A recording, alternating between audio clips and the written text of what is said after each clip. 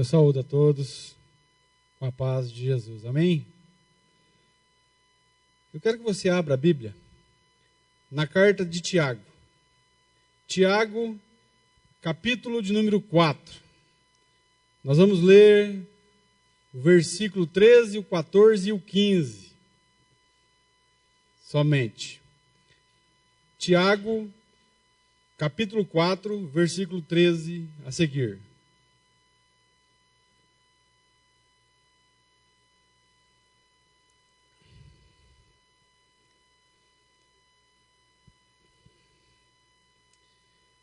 Diz assim: ouçam agora, vocês que dizem, hoje ou amanhã iremos para esta ou aquela cidade, passaremos um ano ali, faremos negócios e ganharemos dinheiro. Vocês nem sabem o que lhes acontecerá amanhã. Que é a sua vida? Vocês são como a neblina, que aparece por um pouco de tempo e depois se dissipa, desaparece, acaba. Ao invés disso, deveriam dizer, se o Senhor quiser, viveremos e faremos isto ou aquilo. Feche os seus olhos mais uma vez. Pai, nós temos lido a Tua bendita palavra. Ó Deus, e o desejo do nosso coração é que o Senhor fale conosco. Ajuda-nos, Deus, a ouvir a Tua voz. Senhor, no nome que é sobre todo nome, o nome do Teu Filho amado Jesus Cristo, nós nos submetemos ao Senhor nesse momento. Nós, Deus, Te adoramos, Deus, no nome santo de Jesus. Bem, esse texto que nós lemos fala sobre a brevidade da vida. A vida é breve, a vida é passageira, a vida é transitória. Nós devemos refletir nisso. Mas muitas vezes nós vivemos numa correria desenfreada e não paramos para analisar as nossas próprias vidas. Nós não cogitamos nisso muitas vezes. Nós vivemos de maneira atropelada e não olhamos para aquilo que está acontecendo conosco. Porém, essa semana aconteceu uma tragédia que todos estão sabendo, com um avião da delegação da Chapecoense, e tinham jornalistas ali, e tinham também tripulantes, e aquele avião caiu indo para Medellín, na Colômbia, e 71 pessoas morreram, e 6 ficaram feridos. Lamentável situação. Creio que a maioria dos seres humanos colocam-se no lugar dessas pessoas, da família dessas pessoas. Nós sentimos a dor do outro ser humano quando acontece uma tragédia como essa. Perder alguém não é algo muito fácil. Eu conheço bem a dor dessa ferroada. Eu sei como é perder alguém querido, alguém próximo, alguém que amo. E você também, creio eu. E eu fico pensando na dor desses familiares, na dor dos amigos, na dor daqueles que eram próximos aos jogadores, aos jornalistas, aos tripulantes. E usando essa tragédia,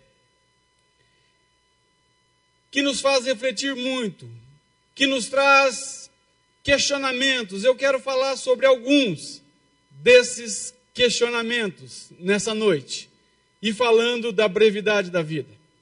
Bem, o primeiro questionamento: como explicar tal tragédia? Se analisarmos a questão friamente, nós podemos dizer, acabou o combustível do avião, o avião caiu e as pessoas morreram. Friamente seria isso. Mas se nós nos aprofundarmos e buscarmos entender o que realmente aconteceu, nós não encontraremos explicação plausível para essa questão aqui. Olha, quer ver um detalhe? Na classificação, eu vou voltar lá no jogo, na semifinal, quando a Chapecoense jogou e acabou empatando o jogo. Naquele jogo, o goleiro Danilo defendeu uma bola chutada dentro da pequena área, um verdadeiro milagre. E com essa defesa, ele classificou o time da Chapecoense para ir então para a final na Colômbia. Se aquela bola tivesse entrado, vamos colocar o se, né? Nós não gostamos muito de colocar se isso, se aquilo, né? Quando lá em casa começa a conversar nesse estilo de linguagem, eu começo a dizer assim, se meu pai fosse mulher, eu tinha 2 mães. E se minha mãe fosse homem, eu tinha 2 pais. Hoje quase que não está dando para falar isso mais, né? Na atual conjuntura.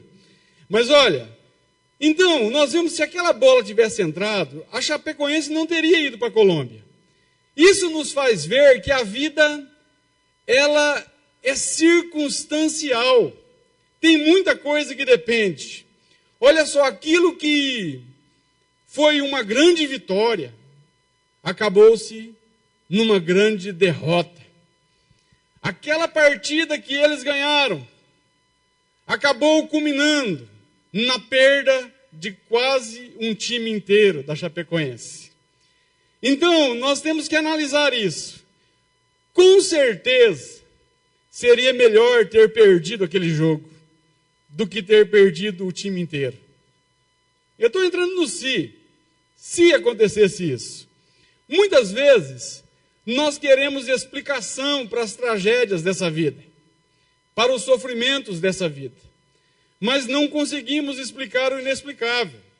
A questão é que todo dia, entenda uma coisa, todo dia acontecem coisas ruins com as pessoas.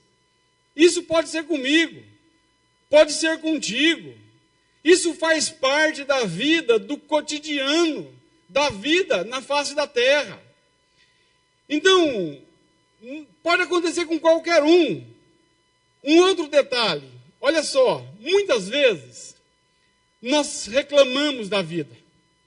Muitas vezes nós reclamamos de algo que acontece conosco, de um atraso, de um esquecimento, sabe, de uma derrota. Nós reclamamos. Agora, preste atenção. Vejamos o caso daqueles que não embarcaram, não foram naquele avião por causa de problemas. Olha só, o atacante argentino, Alejandro Martinúcio, teve problemas no joelho na semana em que ele ia viajar para Medellín. E ele acabou sendo dispensado por causa desse problema que ele teve no joelho. Sorte? Não sei. Não posso afirmar. O goleiro, o terceiro goleiro, Marcelo Boeck, não viajou para a Colômbia tão somente porque ele foi dispensado por ser o dia do seu aniversário. Ele ficou, sabe, o técnico, o Caio Júnior, deixou ele ficar com a família, porque era dia do aniversário dele. Um outro, o volante Andrei Alba, foi impedido de viajar porque ele tinha sido retornado de um empréstimo que o Chapecoense tinha mandado ele para a Concórdia. Olha outra coisa. Veja o caso do filho, Matheus Saroli, filho do técnico da Chapecoense, o Caio Júnior. Ele não conseguiu entrar no avião porque esqueceu o passaporte e a carteira de identidade em casa. O camarada ficou a semana inteira apurrinhando o pai para que o pai levasse ele para a Colômbia. E o pai dizendo não. Quando o pai disse sim, vamos, ele vai e esquece a carteira de identidade e o passaporte. Está vendo que às vezes um esquecimento ajuda? Está vendo que às vezes burrice ajuda? Porque é muito burro o cara ir sem documento para um aeroporto. Então quer dizer que até a burrice coopera às vezes nessa questão aqui. E o que dizer dos 6 tripulantes que se salvaram? Cara, O avião caiu, como que salvam-se 6 pessoas? Aí alguns podem dizer, eram evangélicos, né? Por isso que se salvaram. Cara, se tem um negócio que eu tenho birra, é desse tipo de comentário. Quando o ônibus de Autônia pegou fogo, um casal de velhos de idosos que estavam no ônibus era evangélico. E acabaram se salvando, não morreram. E aí começaram um estardalhaço no Facebook, glorificando a Deus, porque os camaradas tiveram um livramento. Não, eu não tiro a questão que pode ter sido Deus. Agora, cara, eu não consigo ver um Deus assim, que salva um casal somente e deixa o resto pegando fogo, porque o casal era evangélico. Se eu sou Deus, primeiro que morre é evangélico. Se tiver em Cristo, né? Porque tem muitos evangélicos que não estão em Cristo. Mas o livramento, que é livramento maior, igual um amigo meu me ligou e falou, Paulo do céu, o ônibus quase caiu na ponte do rio e graças a Deus teve um grande livramento e o ônibus não caiu e eu estava dentro. E eu disse para ele assim, mas você não é servo do Senhor? Você não tem certeza da sua salvação? Ele disse, tenho. Então, rapaz, livramento era se você tivesse caído e morrido. Era o maior livramento, nunca mais dor, nunca mais lágrimas. É ou não é? Agora, por que os camaradas se salvam vão falar que é evangélico, que servia a Deus e o resto? Então, tomamos cuidado com esse tipo de comentário. O que de fato aconteceu? Simplesmente, a fundo nós não sabemos. Agora, quer ver um detalhe? Tem muita gente que culpa Deus pela tragédia. Até essa semana, é claro, eu gosto dos comentários dele. Mas eu vejo que tem muita gente culpando Deus. Onde estava Deus quando essa tragédia aconteceu? Onde estava Deus? Não passa pela tua cabeça esses questionamentos? Por que Deus não poupou, não salvou? Por que Deus, fez com que algo acontecesse, que o avião pousasse certo? Deus tem poder para isso. Está vendo o tanto que é difícil, os questionamentos? E por que Deus não faz? Eu não tenho resposta. Eu não tenho explicação. Agora entenda uma coisa. Uma vez aconteceu de uma mulher, serva do Senhor, que pregava no Rio de Janeiro para os drogados, e os drogados mataram o filho dela. E o repórter, vendo aquela situação, quis tirar uma casquinha, e perguntou para ela, onde estava Deus quando o teu filho morreu? Você pregando o evangelho para esses camaradas, eles mataram o teu filho. Onde estava Deus? E aquela mulher engoliu seco e respondeu, Deus, quando mataram meu filho, estava no mesmo lugar quando mataram o filho dele. Entenda uma coisa, Deus, Ele sente a nossa dor. Deus, Ele se compadece. Deus, Ele age quando muitas vezes nós não entendemos a situação. Olha só a comoção que aconteceu. Olha só tantos gestos de carinho. Como que aflorou coisas boas no coração das pessoas diante dessa tragédia. Quantas pessoas Deus tem alcançado depois do que aconteceu. Entenda uma coisa. Eu não creio que Deus tenha provocado essa tragédia. Mas eu creio que Deus usa as tragédias dessa vida para que as pessoas tenham chance de poder ter vida eterna. Então, quantos estão orando? Quantos estão clamando Deus? Quantos refletiram nessa semana depois dessa tragédia? Você deve ter refletido. Eu refleti. Ontem, na hora, lá no estádio, esse hino que nós cantamos aqui, Agnus Dei, foi tocado pela Orquestra Sinfônica de Chapecó lá. Aquele hino que diz mais perto quero estar, foi tocado pela Orquestra Sinfônica. Quantas pessoas vendo essa situação se achegam a Deus? Ou você acha que não acontece isso? Ou você acha que Deus não usa as circunstâncias da nossa vida, não usa aquilo que acontece comigo e com você de mal, para que redunde em bem? Deus não é culpado do mal, entenda isso. Deus jamais poderá ser culpado do mal. Porém, Deus é soberano. E quando nós dizemos que Deus é soberano, é que Deus não tem ninguém acima dele para dar explicação. Ele não precisa dar explicação para ninguém. Ele é Deus. Eu e você precisamos entender isso. E, nos submeter ao domínio desse Deus. A soberania dele. Entendendo que quem manda é ele. E ele usa essas circunstâncias para que vidas sejam alcançadas. Uma outra coisa. Deus, ele não olha como nós. Nós olhamos para uma tragédia dessa muitas vezes e nós olhamos tão somente terrenamente. Olhamos a dor das famílias. Olhamos os talentos que foram mortos junto com os jogadores. Olhamos para os sonhos que foram frustrados na vida daqueles jogadores e jornalistas e tripulantes. Mas Deus, ele olha com propósitos. Deus, ele vê muito além do que nós vemos, eu e você. Deus vê lá na frente. Deus sabe todas as coisas. Ele conhece cada um dos detalhes da nossa existência. E Deus está trabalhando. Eu e você, nós precisamos descansar no Senhor. E quando eu digo descansar no Senhor, não é dormir na igreja. É descansar na soberania de Deus.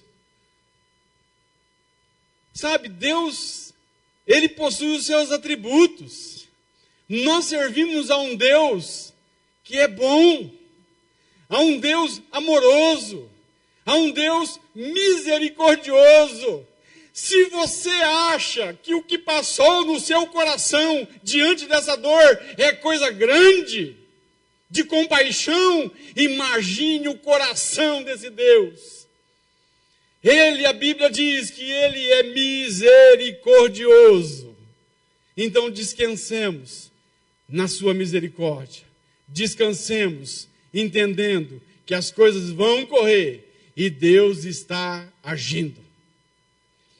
Uma outra coisa, um outro questionamento. O primeiro é, como explicar a tragédia? Não tem como explicar o inexplicável. O segundo, como nós temos vivido? Sim, como eu e você tem vivido? Nós precisamos refletir sobre a vida. Nós não temos o controle da nossa própria vida. A vida é circunstancial. Estamos bem agora, mas não sabemos o que vai acontecer daqui a pouco. Não sabemos o que vai acontecer amanhã.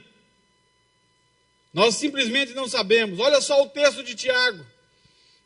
Ouçam agora vocês que dizem, hoje ou amanhã iremos para esta ou aquela cidade e passaremos lá 1 ano e faremos negócios e ganharemos dinheiro. Vocês nem sabem o que lhes acontecerá amanhã. Nós somos frágeis, dependentes, limitados. Isso deveria arrancar toda a nossa arrogância, toda a nossa prepotência, toda a nossa jactância, o nosso orgulho, o achar que nós somos alguma coisa. Isso deveria fazer com que eu e você olhássemos para as pessoas como realmente elas são. Porque a morte, ela vai igualar todo mundo. Vai lá. Olha lá no cemitério se tem algum diferente um do outro. A morte iguala a todos. Nós somos pó. E ao pó nós retornaremos. Olha só o que disse o Steve Jobs, o fundador da Apple. O Steve Jobs, depois que contraiu câncer no pâncreas, e disseram que ele ia morrer, que ele teria pouco tempo de vida, quando ele deu uma palestra na Universidade de Stanford ou de Princeton, não estou lembrando o nome, mas olha só o que ele disse nessa palestra. Foram uma das últimas palavras de Steve Jobs, enquanto com vida. Ele disse assim: lembrar que eu estarei morto em breve é a ferramenta mais importante que eu encontrei para me ajudar a fazer grandes escolhas na vida. Porque quase tudo, todas as expectativas externas, todo o orgulho, todo o medo de se envergonhar ou de errar, isto tudo cai diante da face da morte, restando apenas o que realmente é importante. Lembrar que eu vou morrer é a melhor maneira para eu saber evitar em pensar que eu tenho algo a perder. Nós vamos morrer. Agora, enquanto isso não acontece, como nós temos vivido? Como nós temos tratado as pessoas? Nós temos que aprender a valorizar mais as pessoas. Devemos amar mais, perdoar mais. Eu me incluo nisso, eu estou dizendo nós. Nós precisamos entender que as coisas, elas valem muito menos do que pessoas. Que muitas vezes o que as pessoas desejam é a nossa presença, não é presentes. Será que nós temos valorizado a nossa família? Você, marido, você tem valorizado a tua esposa? Você tem amado ela? Você, esposa, tem valorizado o seu marido? Vai pensando aí. Tem sido submissa a ele? Tem cumprido o que as Escrituras dizem para você fazer? Nós, pais, será que nós temos valorizado de verdade os nossos filhos? Vocês, filhos, será que vocês têm valorizado o pai de vocês? Entenda uma coisa: amor e perdão é para se fazer enquanto há vida. Depois que morreu, não adianta pedir perdão num caixão, como muitas vezes eu vi. Não adianta dizer que você ama quando você está perto de um caixão. Isso precisa ser feito enquanto há vida. E o que nós temos feito? Como é que nós temos vivido? Como nós temos tratado as pessoas que se aproximam perto de nós? Até o poeta Renato Russo, ele escreveu e cantou: é preciso amar as pessoas como se não houvesse amanhã, porque na verdade não há. Olha aí, essa tragédia. Poderia ser comigo, poderia ser contigo, poderia ser um ente querido teu, uma pessoa que está perto. A gente vive como que se nunca fosse acontecer conosco. Parece que nós vivemos como se estivéssemos isentos disso. Mas quando a dor bate na nossa porta, aí ninguém vivencia no nosso lugar. É a dor que nós vivemos. Não tem como fugir.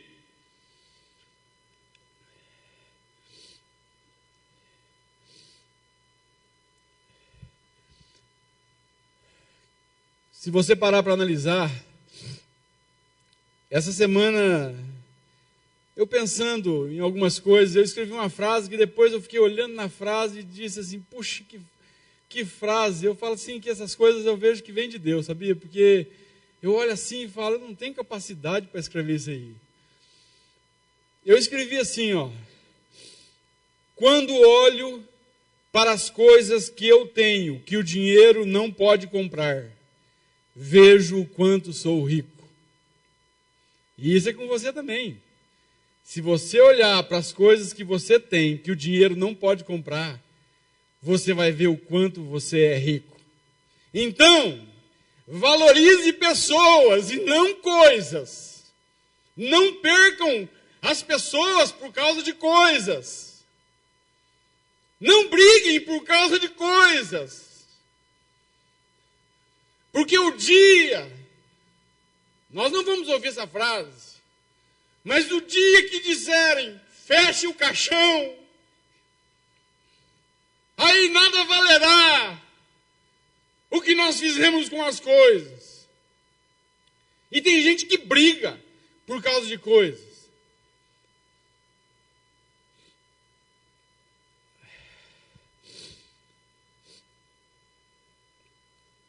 O que mais?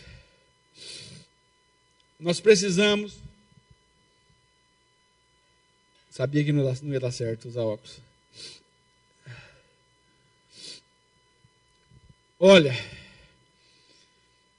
o que Deus espera de nós, dos seus filhos, numa tragédia como essa? Talvez você pergunte, onde estava Deus? Aí eu olho e digo, Deus estava lá, estendendo a mão para cada um daqueles que estavam lá. Mas Deus estava nas pessoas que ajudaram. Deus estava no carinho que elas dispensavam. Deus quer usar a minha vida e a tua vida. Agora, será que nós somos parecidos com Jesus? Será que nós amamos as pessoas a ponto de se doar realmente numa causa? Se Jesus estivesse em meio a essa tragédia, como ele agiria? Se ele estivesse lá, ele ajudaria. Ele teria compaixão. Ele estaria, estendendo a sua mão para cada uma das pessoas que estão sofrendo. E continuaria com os familiares. E quem diz que Deus não faz isso? E quem diz que Deus não age dessa forma? De muitas maneiras. Deus faz isso.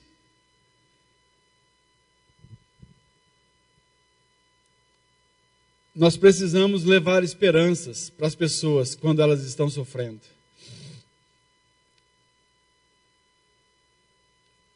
Uma outra pergunta. Ainda na questão, como é que nós temos vivido?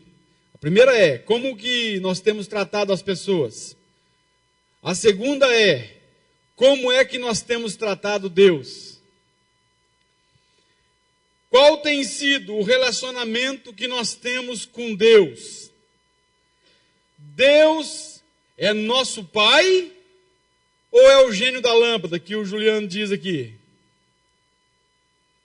Deus é o nosso Deus ou é um feirante que nós vamos para pegar coisas que nós queremos e gostamos?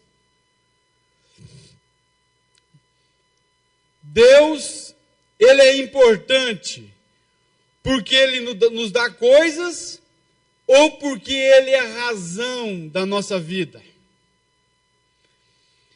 Que lugar Deus ocupa nas nossas vidas?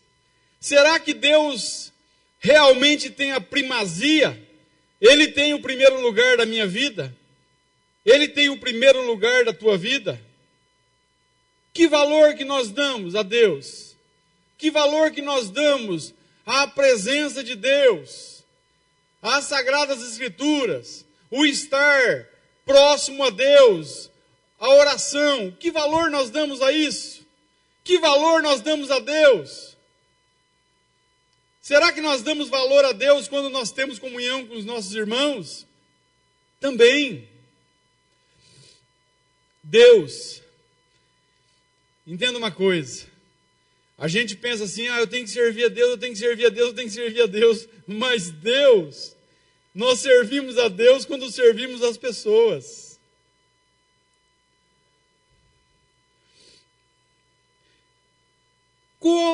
Qual tem sido os teus planos?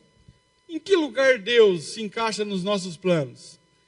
Qual que é a motivação do nosso coração em estudar, em trabalhar? Ganhar dinheiro?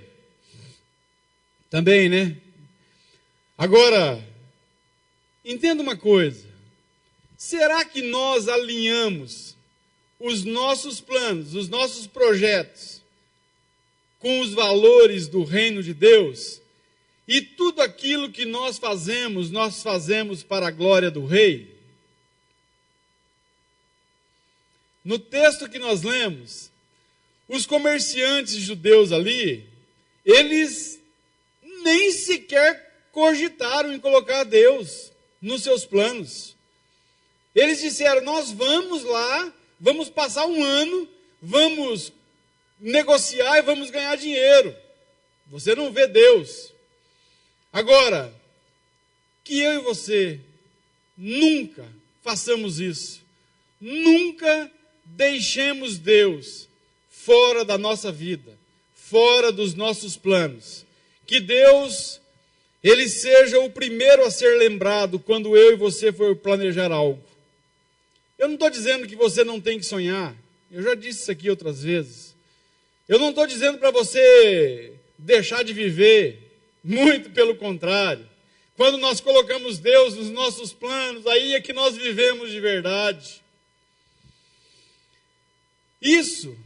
Essa questão, sabe, de fazer tudo para a glória de Deus, deve nortear o nosso pensamento. Isso deve gerar um senso profundo de existência e temor em nós. Um senso de fazermos o que é correto diante de Deus. Um senso de aproveitar melhor o tempo que nós vivemos. O próprio Tiago vai nos orientar a obedecer Deus e submeter à sua vontade. Como nós temos aproveitado o nosso tempo? Como temos gasto o nosso tempo? Apesar da brevidade da vida,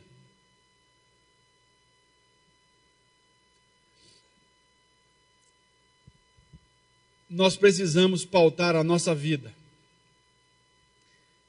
no reino de Deus e viver como súditos do reino. 1 Coríntios 10, 31, nós já dissemos isso muitas vezes. Quer comais, quer bebais, quer façais qualquer outra coisa, fazei tudo para a glória de Deus. Então isso significa que toda a nossa vida deve convergir, preste atenção, deve convergir para um só propósito: Deus ser glorificado. É assim que nós estamos vivendo?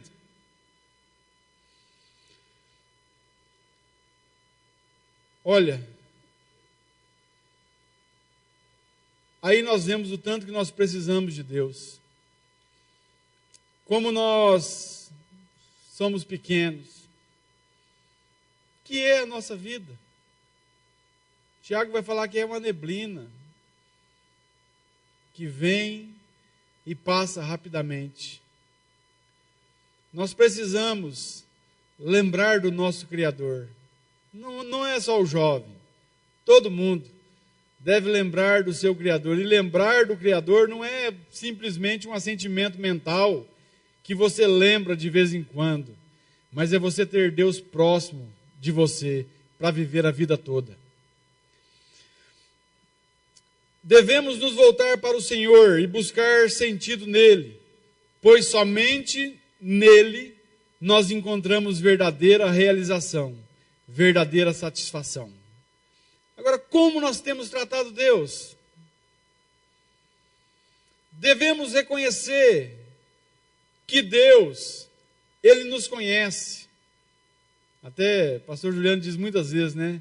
E Deus nos conhece, mas às vezes nós não entendemos como que Deus permanece nos amando, mesmo nos conhecendo. Então, assim, como que tem sido o nosso relacionamento? Qual tem sido a contrapartida nossa perante a esse Deus? Deus é bom. Deus não é bom? Deus não é bom para você? Sabe, como tem sido essa contrapartida?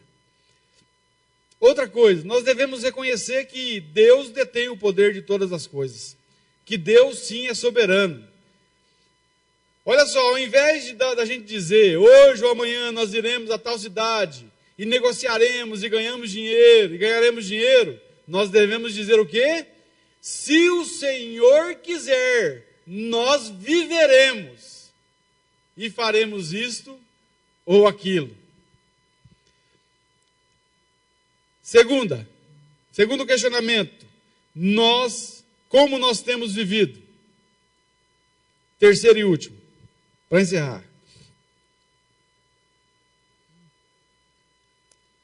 A vida é breve, mas a eternidade não. O que são 20, 50, 100 anos comparado com a eternidade?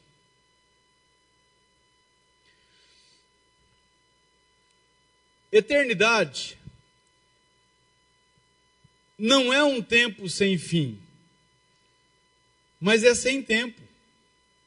Mas na nossa pequenez e na nossa limitação, Deus ele precisa falar numa linguagem acessível para que eu e você entendamos.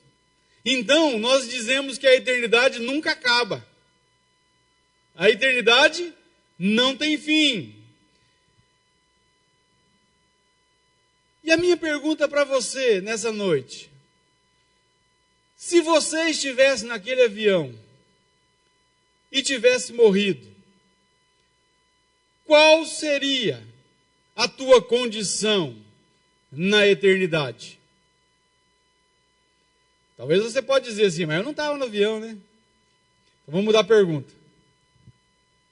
Se você morresse agora, o que seria de você na eternidade? Nós não gostamos dessas coisas, né? Ah, Paulo, para, não vou morrer não. Eu também não quero que você morra não, não é isso não. Eu quero que você reflita que isso pode acontecer e um dia vai acontecer. Eu e você precisamos cogitar nessas coisas, pensar nessas coisas. E nós devemos pensar quando? Enquanto estamos vivos. Porque no caixão não tem como pensar mais.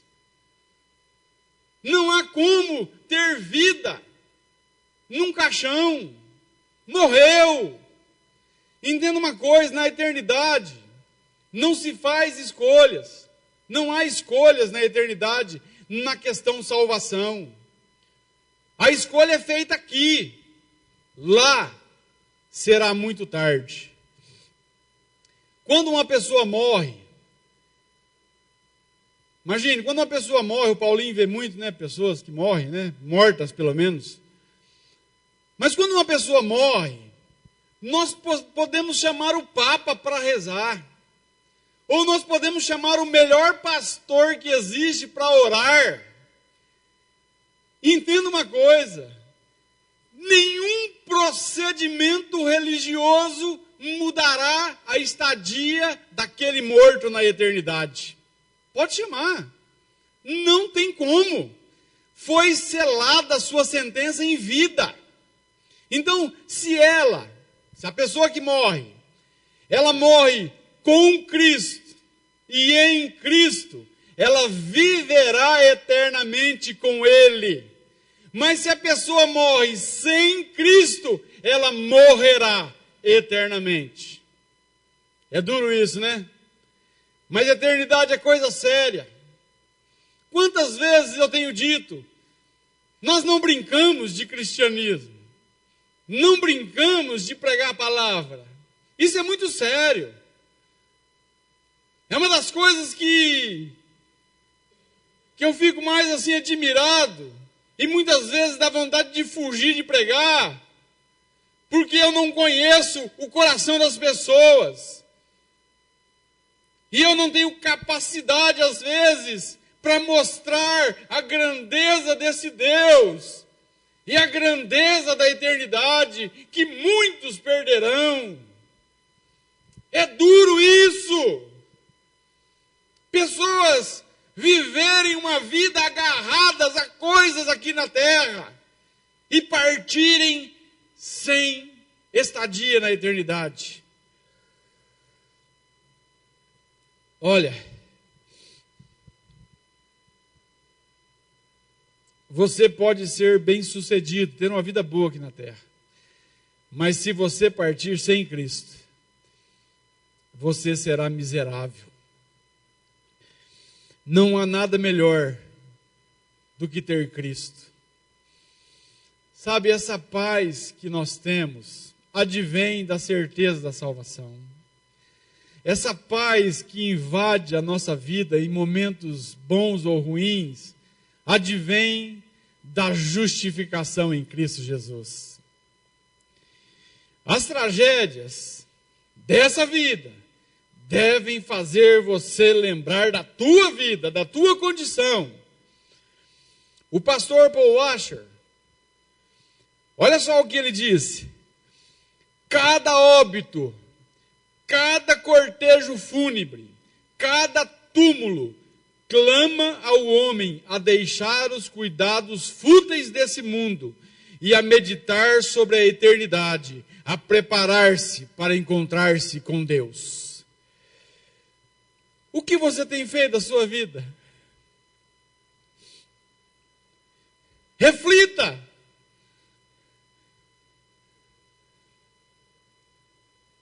Olha só o que escreveu Gustavo Ensina. Aí você vai perguntar, quem que era esse camarada? Nada mais, nada menos do que o piloto do avião que carregava a Chapecoense. E foi até negligente. Muito da culpa foi dele. Mas olha só a última coisa que ele postou no Facebook antes do acidente. Como você olha para a sua vida?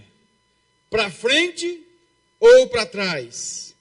Que o Senhor te dê a graça para largar as coisas, até mesmo aquelas que consideras preciosas nessa vida, e te permitas olhar mais para diante, onde Cristo te espera para o encontro glorioso que te abrirá as portas da eternidade. Olha só, cara. Antes da tragédia, a minha última postagem no Facebook foi sobre a morte. Não estou querendo prever nada, tá? Igual um babaca aí que prevê 100 coisas lá e erra 99, uma que ele acerta mais ou menos. Por que ele não falou que era da Chapecoense, o avião, então? Fala com todas as letras. Adivinhar assim até eu adivinho. Deixa eu falar 100 coisas e me dá a chance de errar 99 para ver se eu não acerto uma. A última postagem que eu postei foi essa aqui, ó. A morte nos surpreende, não nos dando tempo para despedidas. Ela vem sorrateiramente, de repente, sem o aviso da partida. O que nos aguarda depois é mistério, que nos será revelado. É claro, depois da morte. A porta da eternidade é aberta e passamos para o outro lado. Um cristão verdadeiro não tem medo dessa passagem, pois tem convicção que foi perdoado, e quem o perdoou é aquele que o criou, o escolheu e o amou, ao ponto de entregar sua própria vida numa cruz para salvar um miserável pecador. Como é que nós temos vivido à luz de tão grande amor? de tão grande Salvador. Como é? Talvez você ainda tenha dúvidas.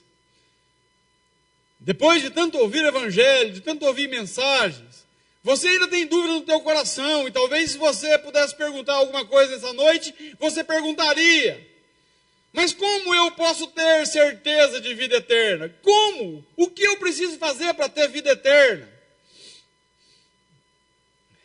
Primeiro, você precisa entender que a salvação é pela graça. É um presente. É um dom que vem de Deus. A salvação vem do Senhor. Efésios 2, versículo 8 a seguir diz: pela graça sois salvos, mediante a fé. E isto não vem de vós, é dom de Deus, é presente de Deus. Não vem das obras, para que ninguém se glorie. Então, primeira coisa que você tem que entender é que Jesus, Ele pagou o preço da salvação. Jesus pagou a dívida que você jamais conseguirá pagar. É por isso que chama graça. Jesus, Ele morreu e ressuscitou para que nós fôssemos salvos. Ninguém adentrará a glória eterna por outro caminho, por outra porta. Jesus disse: eu sou a porta. Quem entrar por mim, salvar-se-á, entrará e sairá e encontrará pastagens. Jesus disse: eu sou o caminho, a verdade e a vida, e ninguém vem ao Pai, senão por mim. Então o que você precisa fazer? Você precisa crer nessas verdades. Não é fazer, é crer. Porque se eu disser que eu preciso fazer alguma coisa, eu desmereço aquilo que Jesus fez na cruz do Calvário. Não tem nada para acrescentar aquilo que Jesus fez. Ele fez um sacrifício perfeito que agradou ao Pai.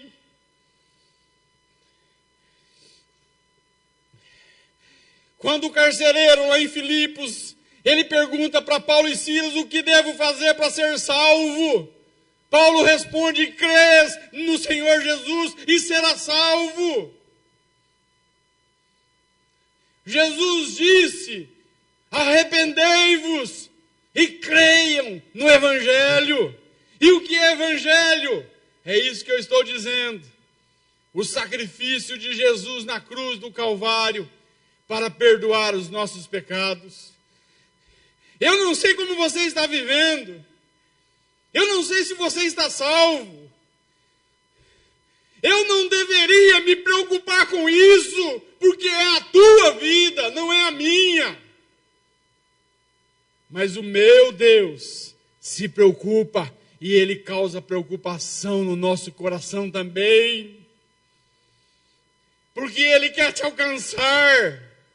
Ele quer mudar a sua vida. Ele quer perdoar os seus pecados. E o que você faz? Religião? Não! Religião não basta. Não basta vir aos cultos. Não basta fazer doações. Não é isso. É Cristo. É vir a Cristo.